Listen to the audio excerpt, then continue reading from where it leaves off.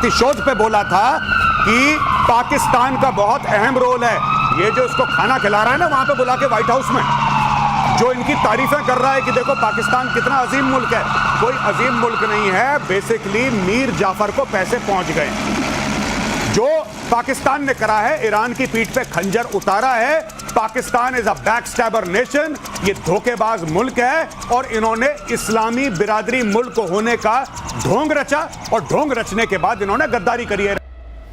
और इस कदर कि अब पाकिस्तान में भी मुनीर मीर जाफर के नाम से पुकारे जा रहे हैं। धन्य हैं आप। नहीं साहब, धन्य तो मुनीर है और मुझे लगता है कि डोनाल्ड ट्रंप और नेतन्याहू को एक बार so called field marshal Asim Munir को थैंक यू बोलना चाहिए, क्योंकि असली में उनका डिस्कशन हो ही नहीं रहा है। देखिए, जब आप आपको किसी के पीठ पे खंजर उतारना है दिनेश, तो सबसे पहले आपको उससे गले मिलना पड़ता है। अब आप इधर आइए, जैसे अगर मुझे आपकी पीठ पे जैसे वो, तो मैं ये पीठ पे ये अफजल खान ने यही सोचा था शिवाजी के लिए, और शिवाजी बगनखा लेके गए थे और फाड़ दिया था पेट उन्होंने।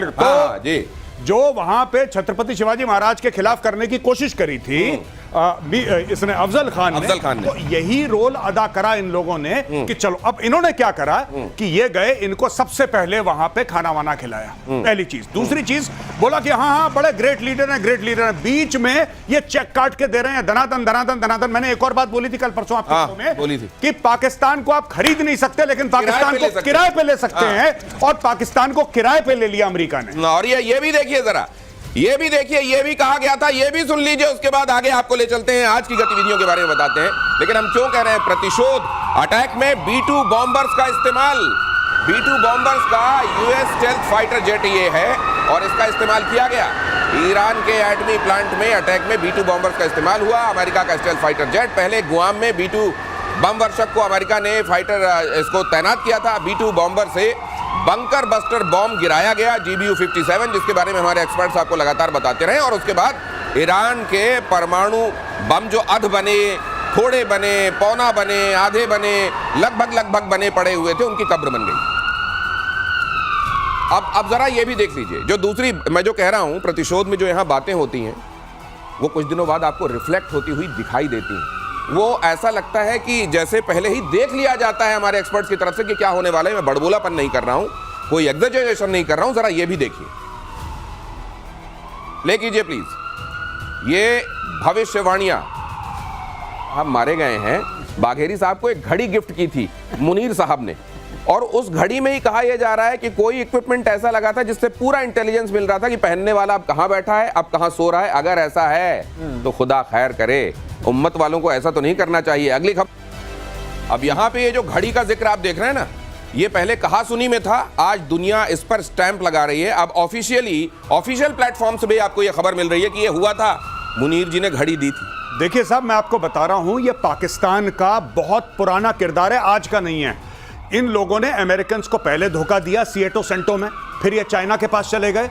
जब वॉर ऑन टेरर शुरू हुआ, जब पहला अफगान जिहाद शुरू हुआ 79-89 के बीच में, तब इन्होंने क्या करा कि इन्होंने अमेरिका से पैसे लिए, अफगानों को धोखा दिया।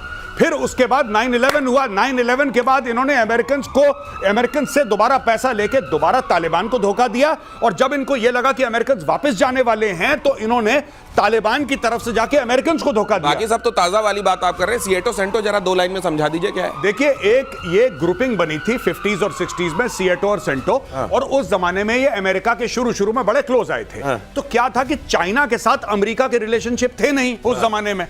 तो पाकिस्तान ने उस वक्त भी दलाली खाई थी। बोला था कि अच्छा हम चीन से भी बात करते हैं, अमेरिका से चलो आपको मिला लेते हैं। गजब है, चीन और अमेरिका दोनों को साथ के। एक मुझको शेर याद आ रहा है कि उसी का दौर है जो इस जमाने में इधर का लगता रहे और उधर का हो जाए। यही कर रहा है कसम से ये पाकिस्तान की। आपको इस मामले में तारीफ करनी पड़ेगी। अगली खबर देखिए, हमले के बाद फोर्डो न्यूक्लियर साइट की पहली तस्वीर सैटेलाइट तस्वीरों में साफ दिख रहा है नुकसान। जरा देखिए, प्ले कीजिए। बमबारी के निशान साफ, जमीन धंसी हुई दिखी। ईरान का न्यूक्लियर प्रोग्राम खत्म किया। अमेरिका ने कहा ये सैन्य नहीं स्ट्रेटेजिक स्ट्राइक थी। अमेरिका ने यह भी कहा। आपने भाई साहब, जिसको दुनिया नहीं पढ़ पा रही है ना, आप लोग गजब पढ़ना है।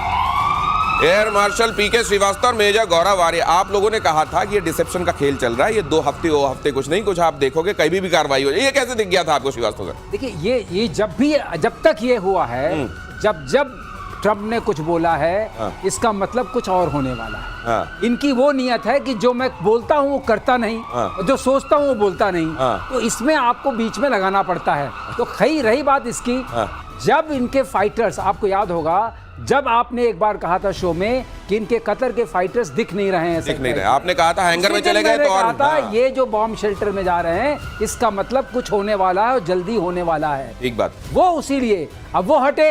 आपने इनका डिसेप्शन देखा, गुआम को भेजा था, E2 गुआम गए थे, और जो यहाँ आके मार रहे हैं वो दूसरे हैं। राइट। और ये जो सैटेलाइट पिक्चर्स आप दिखा रहे हैं, जिसको बोल करके बहुत सारे लोग ईरान में बोल रहे हैं कुछ नहीं हुआ, कुछ नहीं हुआ, क्योंकि जब 200 फुट जाके फटेगा तो ऊपर क्या दिखेगा? ऊपर क्या दिखेगा? तो गिर गया है, ऊपर का मलबा वहीं पे जाके गिर गया। अब ये जरा ये 3H वाला दिखाइए। मेजर गौरव आर्य लगातार ये कहते रहे हैं कि क्यों ईरान को परमाणु नहीं देना चाहती है दुनिया, या अमेरिका नहीं देना चाहता है, या इजराइल कह रहा है कि भाई इसके पास तो परमाणु नहीं होना चाहिए। ये 3H वाला दिखाइए, ये किस तरीके से ईरान का, असल में ये लोग कह रहे थे कि ईरान अपने पास नहीं रखेगा, हिजबुल्लाह हमास हूती के पास चला गया और इन्होंने फोड़ दिया, तो आप किसकी जाके कॉलर पकड़ोगे, सैंक्शन लगाओगे? और इसीलिए नहीं, क्योंकि बहुत सारे लोग कह रहे हैं ना कि अमेरिका के पास अगर एटम है और उसने जापान पे गिराने का उसका इतिहास भी रहा है, तो वो कैसे मॉनिटर बन के आ रहा है कि इसके पास रहेगा, इसके पास नहीं रहेगा? देखिए, दो बातें हैं, मैं सिर्फ एज एन इंडियन बताता हूं आपको। कुछ समय पहले आपने रिपोर्ट सुनी होगी कि हमास वाले पाकिस्तान ऑक्यूपाइड कश्मीर में थे।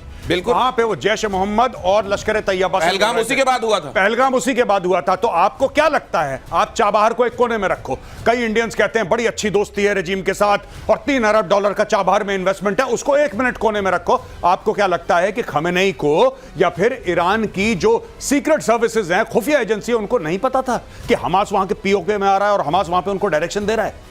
भाई साहब, ये सब जियोपॉलिटिक्स का चेस का गेम है। अगर इनके पास न्यूक्लियर वेपन आ जाते ईरान के पास, ये कश्मीर में आग लगा देते, ये आग लगा देते कश्मीर में। ये और इन्वेस्टमेंट वाली बात भी समझनी पड़ेगी। 2000 रुपए आपने कहीं लगाए हैं, अब आपको लग रहा है 20 रुपए लगा के वो 2000 रुपए आप ले सकते हैं, तो वो 20 रुपए लगाइए जो आपके पास आखिरी बचे हैं, वरना उन 20 रुपए को कहीं और इन्वेस्ट कीजिए, वरना वो 2000 के चक्कर में ये 20 भी चले जाएंगे, कपड़े देने की नौबत आ जाएगी। अगली खबर देखिए, अमेरिका के हमले के जवाब में ईरान ने इजराइल पर दागी मिसाइलें। IRGC का दावा, इजराइल पर सबसे बड़ा अटैक किया, इजराइल के 14 अहम ठिकानों को बनाया निशाना। हाइफा, तेल अवीव के मिलिट्री और रिहायशी ठिकानों पर ईरानी मिसाइलें गिरी। अगली खबर भी देखिए, ईरान के सरकारी मीडिया का बड़ा दावा, ईरान ने पहली बार, ये जो सर लगातार आप बता रहे हैं, ये शिकन, खैबर शिकन, ये आप नाम भी जब ले रहे थे मेरे को लग रहा था ये थोड़ा ये अरब फारसी टाइप का है, लेने मुश्किल।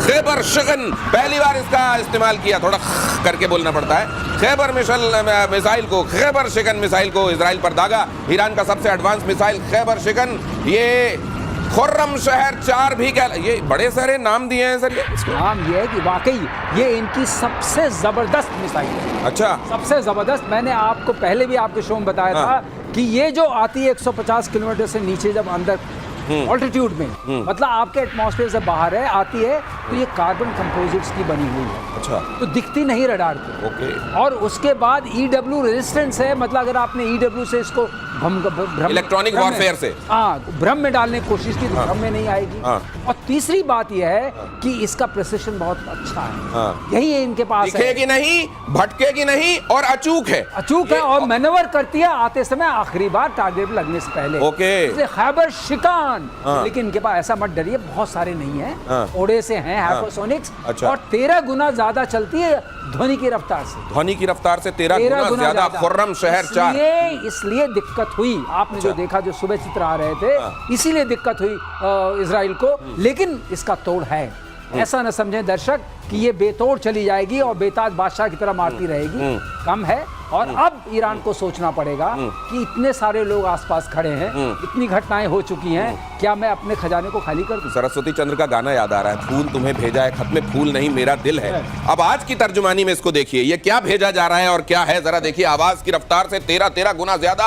अगली खबर, अमेरिका की जंग में एंट्री से बौखलाया ईरान, किसी भी वक्त अमेरिकी बेस पर हो सकता है ईरान का हमला। ईरान के सुप्रीम लीडर ने अमेरिका को दी खुली धमकी, हमला ऐसा होगा जो इससे पहले कभी नहीं हुआ। खमेनेई ने कल अपने सक्सेसर बंकर में बैठे बैठे उन्होंने विल बना दी अपनी। जी, और ये सब मैं बता रहा हूं, ये हमारे ना लखनऊ में इसको कहते हैं चंडू खाने की। ये चंडू खाने की छोड़ रहा है ये खमेनेई। आज खून की नदियां बहेंगी, जैसे बिलावल बोलता है ना कि कभी अगर पानी नहीं बहा तो खून बहेगी और हिंदू इतने मर जाएंगे, लकड़ियां कम पड़ जाएंगी, अंतिम संस्कार। ये छोड़ रहा है। बुजुर्ग वर्ग जो हैं, ये कहीं बंकर में बैठे बेचारे, ये छोड़ रहे हैं, चंडू खाने की दे रहे हैं। अरे आपको अमेरिकन को मारना है, आप मारो। आपको किसने मना कर रहा है कि आप मत मारो? अरे मार के बोलो मार दिया। अमेरिकन ने बोला कि हम कुछ नहीं करेंगे, कुछ नहीं करेंगे, जब मार दिया फिर डिक्लेयर कर दिया, कहानी खत्म। अच्छा ये भाई जो ऐसा है हम मार देंगे, अब ऐसा होगा जो कभी पहले नहीं हुआ, जो अब होगा, फिर दुनिया देखेगी, पता नहीं क्या क्या स्टोरी है। अरे मार के खत्म करो, तुम्हें जो मारना है। पॉलिटिक्स में और मॉडर्न वॉरफेयर में मुंह बम का भी बड़ा इस्तेमाल होता है। हाँ, बिल्कुल। और ये मुंह बम चलाने वाले अक्सर वो होते हैं जिनको ये दिखाई देता है कि हम आखिरकार वो ऑब्जेक्टिव अचीव नहीं कर रहे और हम हार रहे हैं। अगर ईरान ने कुछ सीखा है पाकिस्तान से तो ये सीखा है। पाकिस्तान से बोलते रहो, कुछ ना कुछ बोलते रहो। अब तो ये कहा जा रहा है सर, जरा ये भी समझाइए, ये जो ये ठिकाने हैं, क्या अब ये ठिकाने खतरे में हैं? क्या ये जो अमेरिका के ठिकाने मिडिल ईस्ट में उसने जो बेसेस बनाए हुए हैं, क्या अब इन जगहों क्या, या फिर एंटीसिपेट करते हुए इन जगहों को फोर्टिफाई कर लिया गया है? देखिए ये जगह जो है ना, इस जगह पे क्लोज इन कीजिए प्लीज। इस जगह पे ये मिडिल ईस्ट आपको दिखाई दे रहा है। 19 बेसेस हैं उनके 8 कंट्रीज में। ये तो उनका 5th फ्लीट है नेवी का। और यहाँ पर आपको पता ही था वो कहाँ गया हमारा, हाँ यहाँ पर कतर में ये सारे इनके F-22 F-35 ये सब लगे हुए हैं।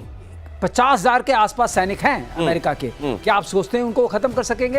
अगर इन्होंने यहां से किया, ईरान यहां पर है, क्या हाल होगा? क्या हाल होगा? इसी के साथ साथ एक चीज और कही जा रही है। हार्मोज वाला जो किस्सा है ना, हार्मोज वाला किस्सा, ये हार्मोज वाला किस्सा इसलिए नहीं चलेगा। इन्होंने कहा है सर 30% तेल यहां से जाता है जी, 33% के आसपास लिक्विड पेट्रोलियम गैस जो होती है LP ये भी यहीं से। तो ये जो है क्या ईरान जी अपने खाने कमाने के लिए पैसे भी तो यहीं से आते हैं, क्या इस जगह को बंद करेगा? वो अफोर्ड कर? नहीं, मैं आपको बताता हूं बेसिकली क्या है, मैं आपको समझाता हूं। ये जो पूरा हम लोग स्ट्रेट ऑफ हॉर्मुज कहते हैं ना, आपने बता दिया इतने परसेंट, ये वो एक बात है।